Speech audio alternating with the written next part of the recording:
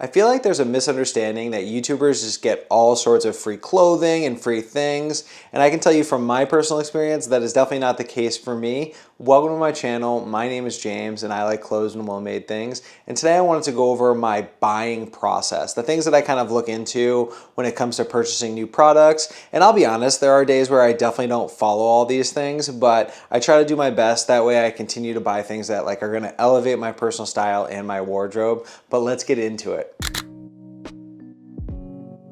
So the things that I try to consider when I'm buying a piece of clothing is use case. Is it something that if I buy, I'm going to have a better version of that already and I'm just never gonna go and grab for it? Is it something that I just really don't necessarily need? A good example for me would be a pair of hiking boots. I have so many pairs of hiking boots, and this is a thing where it's like I got caught up in a moment and I bought like 2 or 3 different pairs, and then I just go and grab the one pair and the other two just sit around and really don't do anything. Really understanding the use case behind a product and if I'm actually going to be able to use it and need it and it's going to continue to elevate my wardrobe.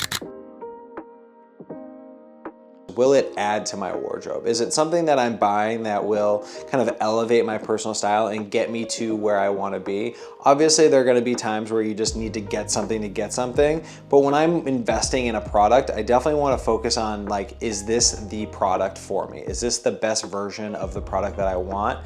And is it going to continue to elevate my personal style and get me to where I want to be? Let's be honest, we all get excited, we all get impulsive, and we buy something that we shouldn't do. But I try to take a step back. I try to find kind of an exhale and just think about it for a few days. I'm from the era of sneakers, so things sold out and you just had to buy it. And sometimes that is a good thing, and then sometimes that's a bad thing. So I try to sit back, don't be too impulsive, and just kind of move forward with the things that I really like. Trendy versus classic, and I buy trendy clothes. You should buy trendy clothes, but I always look at is the money worth the trend? A good example for me is fisherman sandals. This is something that I've wanted for quite a while actually, but now we're getting closer to the end of the summer and I'm starting to think to myself, okay, I've got really maybe 4 weeks, 8 weeks to wear them. I'm not gonna wear them every single day. They are relatively expensive, and will they still be something that I wanna wear next summer? And I just don't think there's enough time for me to pull the trigger on something like that and get the true wear that I want out of them, just because I think that is gonna be a bit more trendy for my personal style than classic. And another good example is this classic stuff. This is something that is gonna be something that you can wear forever and you're really not gonna wear out or need to replace unless your style evolves and changes and things of that nature. A good example for me is going to be the 180 loafers by J.M. Weston. That's my current thing that I'm looking to purchase right now, and I know that that is going to be a piece that I can just wear and it's always going to be classic. It's something that is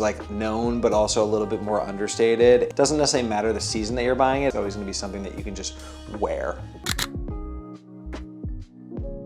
Every time I try to purchase the lesser alternative, I always find myself regretting it and wishing that I got the better version of it. A good example for me growing up 10 or 15 years ago were Common Projects. I really wanted a pair of Common Projects. However, I was always just getting the different version of it. And then I found myself having 3 $150 pairs of shoes as opposed to the one pair of shoe that I actually wanted. So it's I spent $450 on shoes that I didn't really love as opposed to spending $450 on a pair of shoes that I absolutely love.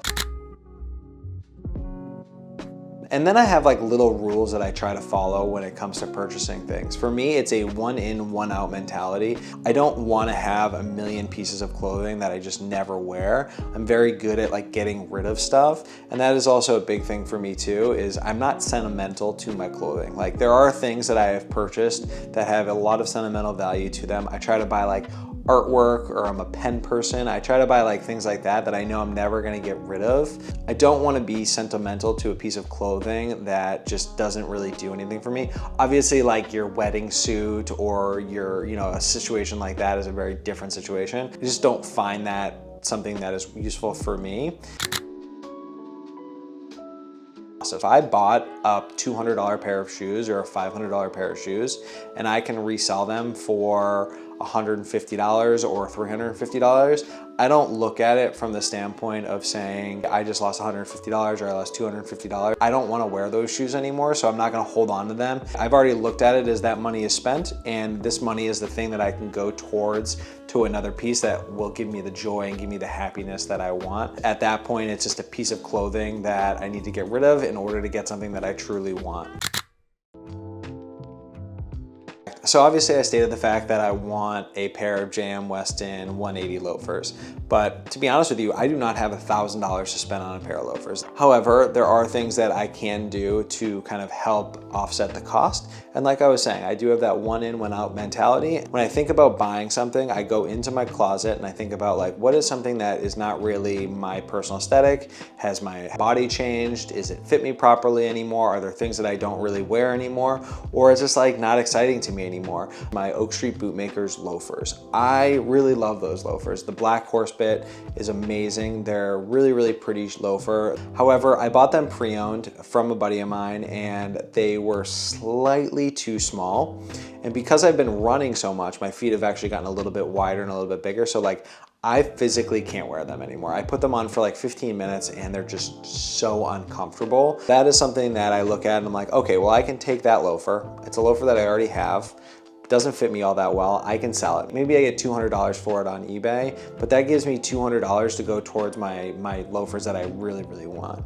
And that's kind of the process that I follow. I kind of try to sell 2 or 3 things that maybe don't fit my personal style or don't evolve into my world anymore, and I put that towards that. And again, I don't really get caught up in like what I paid for it because what I paid is irrelevant. I've already paid it, it's already lost, it's whatever. And let's be honest, like not everybody follows their rules all the time, and I just got rid of them and now I'm gonna add something that is going to elevate my wardrobe. And so those are the things that I try to follow when it comes to purchasing clothes and things like that. And let's be honest, like everything you buy, you try to buy for life, but that doesn't always work out. Like your body will change, your personal style will change. Maybe you bought something when you had X amount of income and now you have Y amount of income and you want to get like the better version of that. We live in this world of like cost per wear and buyer for life, and I try to stand by that as well. Every time I buy something, my thought process is this is gonna be the thing that I'm gonna wear for the rest of my life. But there are times where my style evolves, or I get bigger, or I get smaller, or things happen and you have to kind of constantly evolve. These are the things that I try to follow, and it's okay to break the rules. It's okay to screw up a little bit and do that, but I find that these are probably the best example for me of like following those rules that work the best for me and allow me to kind of elevate my wardrobe, stay consistent within my wardrobe. That is my buying process when it comes to buying clothes and pretty much everything from that standpoint. I hope this helps everyone. Thank you for coming. Please make sure you like and subscribe, and we'll chat soon. Goodbye.